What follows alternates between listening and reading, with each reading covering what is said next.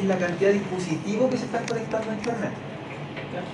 En la primera instancia, nosotros si nos recordamos a los años 90 o a principios de la década del 2000, el concepto de tener conexión a Internet era tener un PC en la casa donde todas las personas o todos los habitantes de la casa se conectaban al mismo tiempo. Y se peleaban en realidad para conectarse. Era un PC por hogar, ¿sí? Y se hablaba de la computación decía fija, donde yo iba al dispositivo y el dispositivo estaba en el living, ¿cierto? Y usted navegaba a la hora que el hermano, que la mamá, que el papá desocupó, ahí le tocaba navegar a usted. ¿Ya? Ese era el concepto que había hace un par de años atrás. Era casi un PC o un dispositivo por hogar. Con todas las dificultades que teníamos en esos años, velocidades, marcación por módem, donde o hablaba por teléfono o navegaba. ¿Ya? No podía hacer las dos cosas simultáneamente. Y los horarios de navegación generalmente eran en la noche porque los planes eran económicos. Se pagaban planes en los cuales había que navegar en internet desde las 9 de la noche a las 9 de la mañana, porque ese era el plan más barato. ¿Ya? No era un plan como hoy en día que yo pueda navegar a la hora que sea a la misma velocidad que a la misma hora. Habían tarifas. Entonces ese era el concepto que había hace 15 años atrás. Después empezó a cambiar la cantidad de dispositivos conectados a internet y por lo tanto las implementaciones también tuvieron que variar. Apareció el concepto de movilidad o BOID, que significa que uno es el propietario del dispositivo. Hoy día lo vemos mucho. Voy a ir a clase, pero yo llevo mi notebook. Voy a la universidad y llevo mi tablet, mi notebook y mi teléfono. Entonces llevo 3 dispositivos al mismo tiempo. Por lo tanto, debo considerar algo. Como son dispositivos míos, propietarios y portátiles, ya no estoy ocupando una dirección IP del equipo del instituto. Estoy ocupando 4 direcciones IP. La de mis 3 dispositivos que yo llevo y además la del equipo que está acá. Entonces, ¿qué es lo que implica ahí? Empezó a crecer la cantidad de dispositivos conectados. El problema que ocurrió en Chile y en varios países es que empezaban a bajar los precios de los aparatos electrónicos, fueron más accesibles tener dispositivos que se conectaran a internet, pero las redes seguían siendo las mismas, ¿cierto? Movistar, Entel, BTR y Claro, que se sumó después, seguían teniendo la misma infraestructura, pero se duplicó, se triplicó la cantidad de aparatos. Entonces, ¿qué pasó? Empezaron a producir colapsamiento en las conexiones a internet. ¿Ya? Es como las calles de Curicó, ¿cierto? Siguen siendo las mismas calles y cada vez hay más. Ese problema pasó con los proveedores de internet. ¿Cuándo? Cuando empezó a aparecer que el dispositivo del propietario es el que se conecta a internet. Nosotros tenemos más de un aparato. Y si a esto le sumamos, ¿cierto? Por persona, una cantidad de 3 o 4 direcciones IP, sumen en la casa cuántas direcciones IP ocupan la familia. Antes era una dirección IP, un computador en la casa. Hoy día sumen por habitantes de casa 3 o 4 dispositivos. ¿Ya? Después, año 2012 hasta el 2015, actualmente nosotros estamos en esta época, en este periodo, en lo que se llama el Internet de las cosas. Esta es la evolución de Internet de los últimos años. Ya pasamos de los dispositivos portátiles, ya esto está quedando un poco en el pasado. El Internet de las cosas se refiere a que todos los dispositivos están conectados entre sí. Y no solamente PC y notebook, sino cualquier aparato que tenga una dirección IP. Cualquier aparato que tenga una dirección IP, para nosotros va a tener un nombre. Se va a llamar un host. Y ya dejamos de hablar de un PC. Un aparato con dirección IP en la Internet de las cosas puede ser una cámara, puede ser una consola de videojuego, puede ser un televisor, ¿cierto? Un sensor. Cualquier aparato que tenga dirección IP pasa a ser parte del Internet de las cosas. Incluso hasta los animales.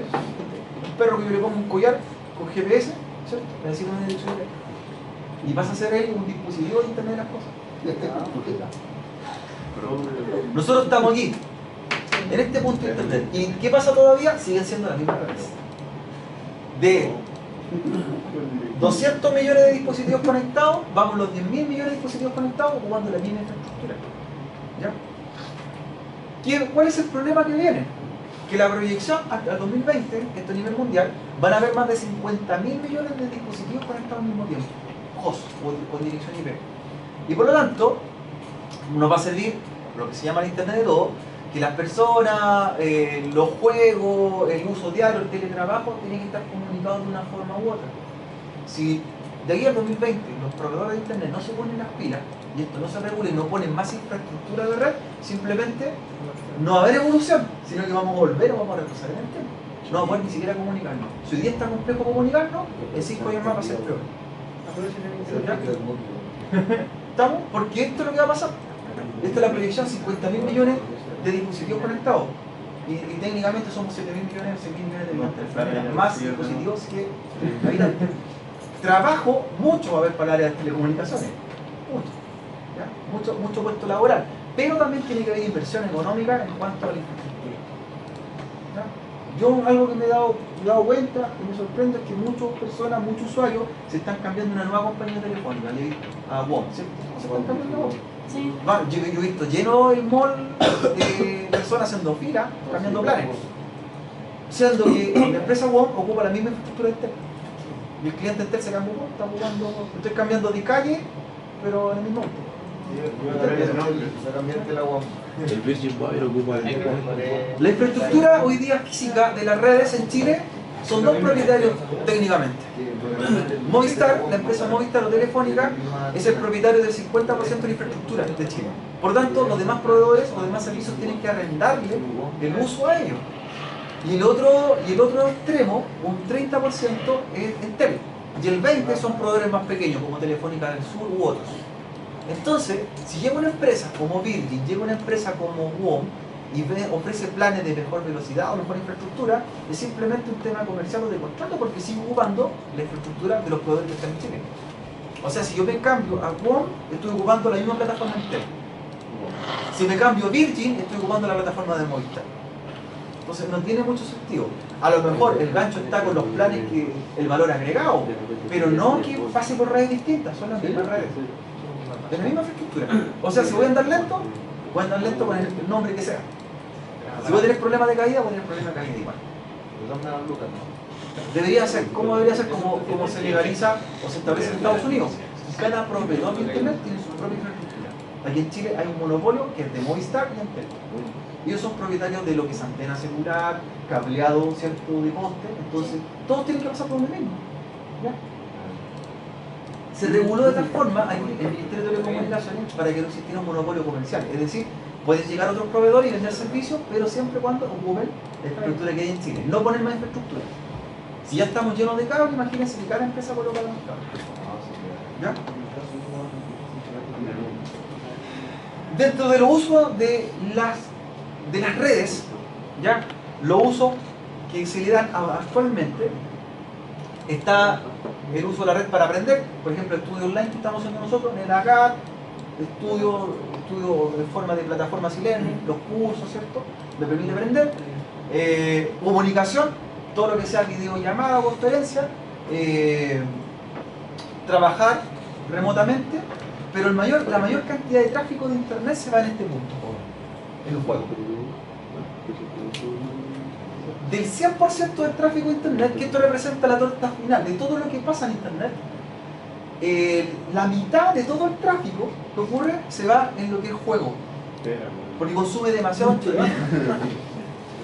Y el otro tráfico, la otra cantidad de tráfico se va en lo que es video, en ver video en línea. Entonces tenemos dos grandes problemáticas, que es los videojuegos y el ver o reproducir videos, ya sea YouTube o el portal que sea. Y el resto del tráfico de internet va en las tareas cotidianas. Y el 10% en ver videos de gatos, ¿cierto? Pero eso es lo que se consume mayormente. Juegos, multimedia, ver videos, descargas, ¿cierto? Y el resto es trabajar realmente. O sea, hoy día internet es un tema de ocio más que realmente necesario. Tipos de redes que nos podemos encontrar para que las clasifiquemos, ¿ya? Cuando estemos ya identificando nuestros contenidos. Una red pequeña, doméstica, era la red que se hablaba hace 15 años. Esto ya está desapareciendo. Una red pequeña o doméstica era una red en la cual era un dispositivo por hogar, un PC con una conexión o salida a internet. Nada más. ¿Cierto? Aquí donde yo iba el living de la casa, se conectaba en la noche haciendo fila con la familia para poder conectarse un rato. ¿Ya? Este concepto ha cambiado. Hoy día las redes las podemos encontrar como redes de oficina pequeña o oficina hogareña, que eso es lo que tenemos en casa, donde hay más de un dispositivo conectado de distintos tipos de tecnología. En la casa hay 3 o 4 notebooks, ¿cierto? Un par de teléfonos, tenemos puntos de acceso inalámbricos. Entonces, esto ya desapareció para nosotros, ese concepto. Ese es el que tenemos actualmente. Oficina pequeña o oficina hogareña. ¿Ya? Este tipo de red se llama red SOHO, se conoce con el nombre de red SOHO. Significa la sigla Small Office, pequeña oficina, ¿cierto? O Home Office, oficina hogareña. Esto es lo que tenemos actualmente nosotros. Siguiendo con la escala de las redes, existen las redes que son medianas o grandes. Esta, podríamos considerar que el instituto aquí, esta sede, es una red mediana o grande, porque ya va a tener sobre 50 dispositivos conectados. Una red sobre 50 dispositivos conectados la consideramos una red mediana a grande. ¿Ya? Aquí hay más de 50 dispositivos conectados, podemos tener fácilmente 500 dispositivos conectados, considerándolo todo, PC, equipo inalámbrico, el administrativo y otro. ¿Ya? Y conecta varios departamentos al mismo tiempo. Y una red mundial la consideramos ya cuando una empresa conecta sucursales en distintos lugares del planeta, ¿cierto? Y ya estamos hablando no de 50, 500 dispositivos conectados. Una red mundial puede ser fácilmente una red que tenga 5.000 dispositivos conectados. Fácilmente INACAP es una red mundial, porque si sumamos todas las sedes, yo creo que debemos tener fácilmente en este instante unos 10.000 dispositivos conectados. De usuarios, de PC del instituto, de administrativo y otros. Ese es el escalamiento de la red. Nosotros estamos en este punto y la red doméstica pequeña quedó como concepto ya, no es utilizada. Con respecto a las infraestructuras de redes, nosotros podemos hablar que existen las redes en las cuales todos los dispositivos son clientes o son dispositivos comunes y tenemos una red que se llama cliente-servidor. Una red donde todos son clientes, una red común, es donde todos los dispositivos prestan servicio a otros, no hay ninguno que sea prioritario sobre el otro. Por ejemplo, si aquí comparto un archivo, él también lo puede compartir y entre ellos al mismo tiempo se comparten información. Este concepto se llama cliente a cliente, todos son clientes. El tema es que produce mucho tráfico en la red y es muy costoso una red cliente a cliente. Por ejemplo, si alguien quiere imprimir, significa que debo tener una impresora por PC. Entonces eleva los costos para una empresa. ¿Qué es lo ideal? Es tener una red tipo cliente-servidor. Este concepto. Un equipo más potente en la red y él brinde los servicios necesarios para ofrecer, ¿cierto?, lo que necesita la empresa. Aquí yo conecto la impresora a este equipo, él comparte las carpetas de red, él comparte los servicios y los demás clientes se comunican hacia él. Es más barato tener un dispositivo que haga todo el trabajo a que tener, por ejemplo, una impresora por PC. Este es el enfoque que se le da, la red cliente-servidor. Un equipo más potente en la red y los demás solamente acceden hacia él. Esta red es más costosa porque todos tienen que ser equipos de alta potencia. En cambio acá invierto uno con más potencia, referente a hardware, y los demás son equipos más básicos. Por ejemplo, sería ilógico ocupar este tipo de equipo Lenovo para los puntos donde está la secretaria que ocupa Excel. Tengo mucho equipo, ¿cierto?, muy potente por una tarea tan básica. Ahí, ¿qué es lo que haría? Haría una red cliente-servidor. Le pondría equipos básicos y económicos y el Excel lo instalaría acá como servidor. Entonces, ¿qué hace? Necesita una planilla de cálculo, la busca en el servidor y la trabaja en el servidor. Y su equipo solamente visualiza. ¿Quiénes trabajan así, por ejemplo, en este concepto? Las cajas registradoras. Las cajas registradoras en los supermercados son equipos básicos, pero que se conectan al servidor más correcto, donde se realizan los cálculos matemáticos. ¿Se imagina tener un I-Logo, un I7 en cada caja registradora? ¿Cierto? Gastar demasiado dinero. Con respecto a la red, y esto es lo que vamos a hacer ahora, hay redes básicas en las cuales nosotros podemos implementar infraestructura, que son las redes punto a punto. Una red punto a punto es una red donde no hay dispositivos intermedios, sino que son los mismos equipos que se conectan entre sí. Yo puedo hacer una red punto a punto con un cable de red entre un PC a PC, o puedo tomar sus tarjetas inalámbricas y configurarlas para que se comuniquen entre ellas. Una red punto a punto es rápida, fácil de hacer, porque hago solamente el cable con este aparato, la vamos a hacer nosotros con el Tracer, pero tiene una desventaja una red punto a punto porque no puede haber o no se pueden agregar más dispositivos, máximo 2 aparatos. Esto estoy conectando este con este y nada más. En la casa, por ejemplo, yo podría hacer una red punto a punto si tengo 2 PC, uno en el primer piso, en el segundo piso, cable de red entre ellos, y no necesito ni router ni switch ni nada. Cambio el cable. Sí. Pero ¿qué pasa si aparece un tercer equipo? Ahí necesito tener un dispositivo para que lo conecte. Entonces ahí el concepto punto punto se pierde. La red punto punto se utiliza para algunos tipos de configuraciones. Por ejemplo, acá comparte el archivo entre ellos y no hay ningún router ni switch adicional. Solamente cableado. Los dispositivos que forman la red, jóvenes, los vamos a clasificar. Y estos dispositivos son los siguientes. Primero están los dispositivos terminales, los dispositivos que ve el usuario, que son donde yo me empiezo a comunicar a la red. Cualquier aparato que tenga dirección IP. Por ejemplo, un teléfono con IP, una tablet, un PC, un servidor. Y por el otro lado también lo mismo. Cualquier aparato que tenga una dirección IP y que la ve el usuario es un dispositivo final o dispositivo de red. Es mi interfaz para poder comunicar.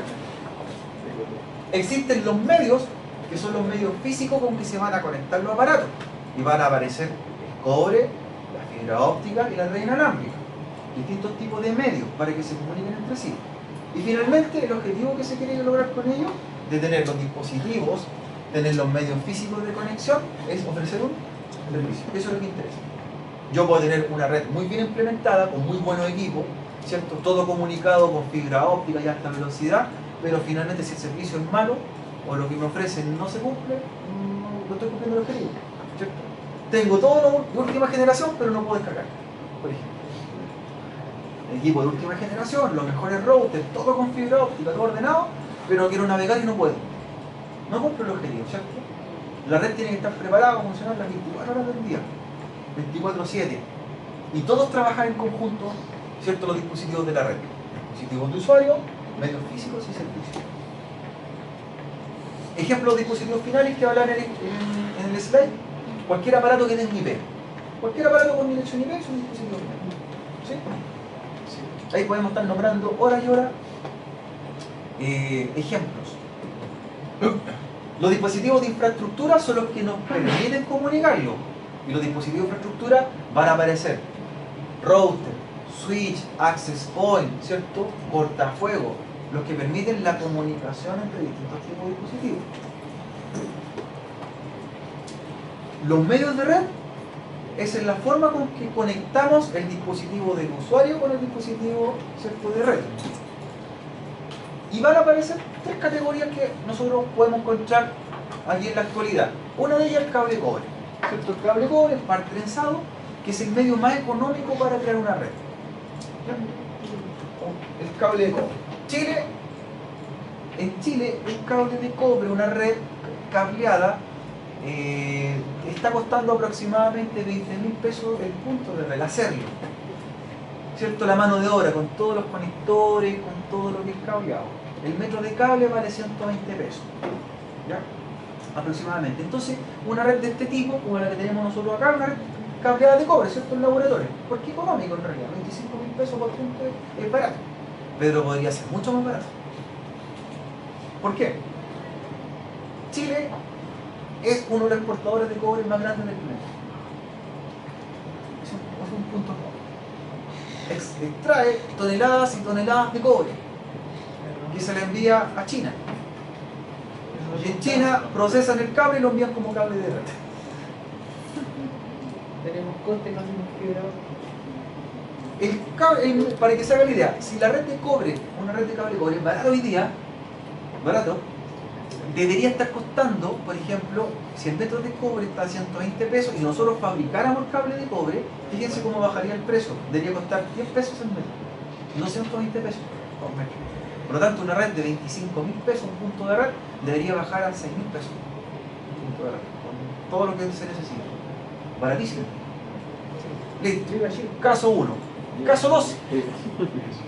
El cobre es un medio rápido, pero no tan rápido como el que sigue, que es la fibra óptica. La fibra óptica es el medio físico más rápido de comunicación de datos que existe y que no hay ninguno que lo haya reemplazado. La fibra óptica, a diferencia del cobre, la fibra óptica, si nosotros vemos el cable cobre microscópicamente, lo analizáramos, serían electrones que van uno tras otro, se van empujando. pero tiene un límite el cable de cobre que no soporta una transferencia mayor a 100 megabits por segundo. Por lo tanto, ese va a ser mi límite de envío de datos. No, hasta ahí llego, en algunas normas de cable de cobre. ¿Ya? No puedo mandar más ancho de banda porque el medio físico no me lo permite. ¿Cuál es el límite de un ancho de banda? Siempre va a ser el medio físico. Hasta ahí llegué. Es como la carretera, no puedo poner más autos andando si la carretera no es más ancha. ¿Estamos? La fibra tiene algo totalmente distinto. La fibra óptica, si nosotros la analizamos, son haz de luz, ¿cierto?, que van chocando por paredes de vidrio dentro de, en este caso, del túnel de fibra. Y la fibra va a transmitir a 1 gigabit por segundo en modo, o que se llama monomodo, y hay una fibra que transmite a 5 gigabits por segundo que se llama multimodo, y la diferencia que tiene es que son haces de luz que van a la par. Por lo tanto, esto nunca se va a igualar con esto, ¿cierto? 100 megabits en comparación con 100 megabits con 5 gigabits, hay bastante diferencia en transferencia de datos. Pero, aquí hay un pero. Es demasiado caro. Si el metro de cobre, de cable de cobre me costaba 120 pesos, el metro de fibra me va a costar 9.000 pesos. 9.000 a 10.000 pesos el metro. ¿Ya? Y pasa lo siguiente. Chile es un país que tiene la mayor cantidad de costa o mar en Latinoamérica. La materia prima para fabricar la fibra óptica es el silicio. Y el silicio es sacado o extraído de la arena. Chile extrae silicio, en este caso no solo vende a China, sino que a Japón, porque el cobre a China, el silicio a Japón, y Japón fabrica fibra óptica y la trae a Chile. Y compramos la fibra óptica procesada. Por lo tanto, nosotros si hiciera inversión de infraestructura podríamos fabricar nuestra fibra óptica. ¿Qué significaría eso? Bajar los costos y en vez de tener una red de cobre en Chile tendríamos todas las redes de fibra óptica en su casa. Y por lo tanto usted podría navegar entre 1 a 5 gigabits por segundo. Reales. ¿Ya? Con el mismo precio que costaría una red de cobre. O sea, yo obviamente tenía una red de fibra en mi casa. Japón, Noruega, Bélgica, son países que tienen 100% de fibra óptica superior. Entonces significa que navegan a esta velocidad real, en las mejores condiciones. Porque la fibra óptica no tiene desviaciones del tráfico de datos. O sea, no baja su potencia.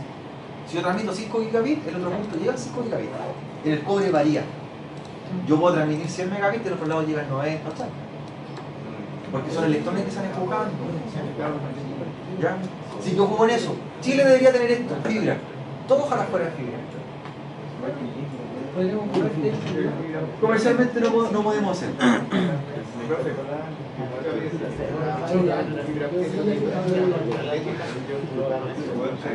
La que es monomodo es el LED. Y la que es multimodo es el láser. El LED funciona rebotando y el láser en línea recta. Esa es la diferencia. El LED es una de luz que va chocando, ¿cierto? Y tiene un ancho de banda de 1 gigabit porque eso es lo que soporta el haz de luz, lo que puede transmitir. En cambio, el láser son 5 haz de luz al mismo tiempo y cada uno transmite 1 gigabit, por lo tanto, ahí se suman. Este obviamente es más caro, ¿ya? Pero estos son los tramos que yo podría hacer a nivel local, incluso trabajar con 1 gigabit es bastante. En la casa, para mí es bastante. Para la empresa, ¿cierto? 5 gigabit también es suficiente. Eso es lo ideal que deberíamos tener nosotros. ¿Ya? Y el tercer método, el tercer medio de red, que hoy en día está siendo uno de los más populares o más utilizados, es por la facilidad de configurarlo. Porque no tengo que cablear nada, es solamente poner un dispositivo, levantar señal y transmitir, que son el acceso inalámbrico. Pero el acceso inalámbrico tiene todas las dificultades que no tienen los anteriores, ¿cierto? Primero, las redes inalámbricas son vulnerables a lo que es seguridad, porque están abiertas para que otra persona escuche con cualquier dispositivo lo que está pasando en la red. Punto 1. Hoy día hay N programas para hacer análisis de red, ¿cierto? Backtrack, Webslack, Kali, Linux y otros más que puedo escanear la red y ver el tráfico. ¿Cierto? Eso, no hay mucho que explicarlo.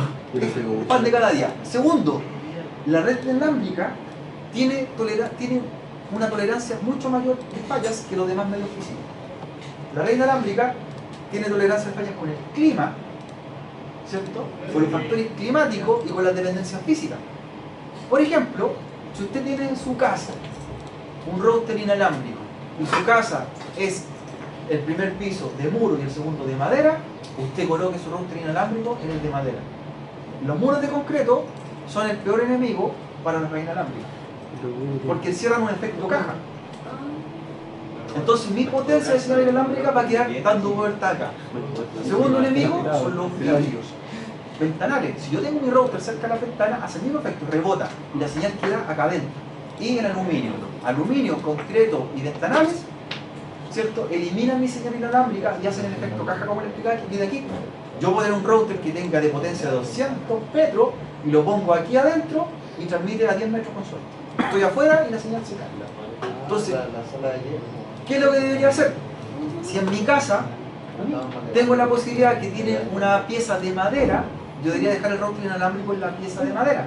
La madera es uno de los materiales que absorbe en este caso la radiación inalámbrica o electromagnética y permite salir. Entonces, por lo tanto, si lo tengo en el segundo piso, voy a transmitir a mayor cobertura. La tengo en el primer piso, va a chocar la segunda. ¿Ya? Claro, y voy a estar un par de metros y voy a ver que la señal se baja demasiado. Estoy afuera de la habitación y se baja. En la madera pasa. El concreto rebota y la madera absorbe. Esa es la diferencia. ¿Ya? Otra cosa que puede pasar son los factores climáticos. El calor y el frío afectan a la red inalámbrica. ¿Y el adobe lo afecta? El adobe, no. A diferencia porque el adobe es poroso. Igual que la madera. De hecho, por eso las casas antiguas, las de adobe, tú te das cuenta que son calentitas y frías en verano y invierno, porque son porosas, permiten mantener calor o hacer calor. Y en este caso la onda electromagnética hace lo mismo, por el adobe sale. Pero el concreto no. El concreto sólido, ¿cierto? Más súmale ventanales en un edificio. Un router en un edificio pierde mucha señal. El edificio es metálico, el de concreto, de vidrio, nada que hacer. Red inalámbrica, fallan con el tiempo, fallan con el clima y con la dependencia física. Es rápido configurarlo, en 3 tiempos tenemos siempre andando la red inalámbrica, pero hay calor, demasiada temperatura, la red inalámbrica pierde potencia la señal con el calor.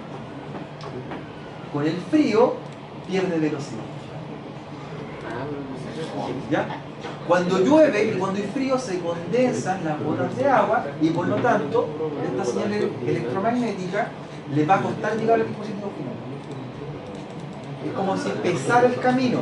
En cambio con el calor hace que baje la señal. Cuando tenemos 30 grados en verano, ¿cierto? Esos rayos ultravioleta toman las señales de la red inalámbrica y las bajan a tierra. Entonces por lo tanto voy a tener menor alcance. El calor hace menor alcance y el frío hace menor velocidad. Claro, el espacio abierto, pero si hay calor también aquí, también va a afectar. Si aquí en esta habitación no está lloviendo, pero tengo 30 grados, también voy a hacer que el alcance sea menor de la señal inalámbrica.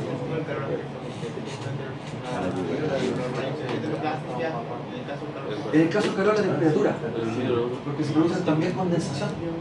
Todo eso afecta. De hecho, cuando uno tiene una red inalámbrica y quiere implementarla, debería probarla antes con equipo inalámbrico en todas las condiciones. No hasta que yo lo instale, por ejemplo, lo dejé andando en verano y funcionó. Y va a llegar el invierno y va a andar diferente la señal.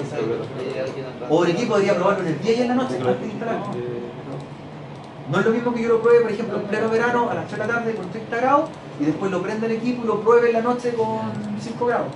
Yo probarlo en todas las condiciones para saber si el equipo es adecuado a instalar.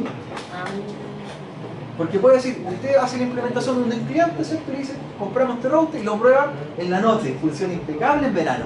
Y el otro día nos está llamando a la persona, oye, ¿qué pasa? Que no ando ni 10 metros y se corta la señal. No tiene mayor alcance. Y era porque no lo hice las pruebas. Por eso tu equipo no